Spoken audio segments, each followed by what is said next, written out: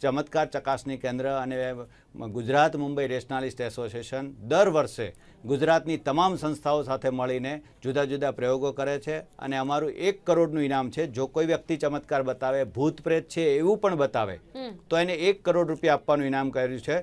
અને આજ સુધી મારી પાસે કોઈ ભૂત પ્રેત બતાવનારો આવ્યો નથી. કેટલાક લોકો તો ઘરની બહાર જ નથી નીકળતા કાળી ચૌદસે. તો આવી માન્યતાઓ તોડવા માટે થઈને અમે દર વર્ષે આ કાર્યક્રમ કરીએ છીએ. લોકોમાંથી માનસ પ્રદૂષણ દૂર થાય એના માટે થઈને દર વર્ષે 1995થી હું આ કાર્યક્રમ કરું છું અને દર વર્ષે આ કાર્યક્રમ કરીએ છીએ, જેમાં કોર્પોરેશનનો પણ સાથ સહકાર મળે છે અને લોકોને અમે સમજાવીએ છીએ કે આવું કંઈ હોતું નથી. અમે એ 4 રસ્તે જે વસ્તુઓ પડેલી હોય છે લઈએ છીએ અને લોકોની સામે એ વસ્તુ લઈ જઈને યોગ્ય જગ્યાએ આપીએ છીએ.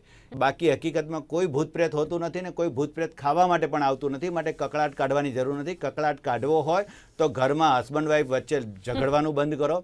તમારા બાળકોને યોગ્ય શિક્ષણ આપો જેથી એ સારી રીતે સમયસર નોકરીએ લાગી શકે અને નોકરી ના લાગે તો ધંધો પણ કરી શકે તો ઘરમાં શાંતિ આપોઆપ આવશે. કારણ કે પૈસા આવશે તો ઓટોમેટિક ઘરમાં શાંતિ રહેશે. જો પૈસા નહીં હોય તો કકળાટ રહેવાનો.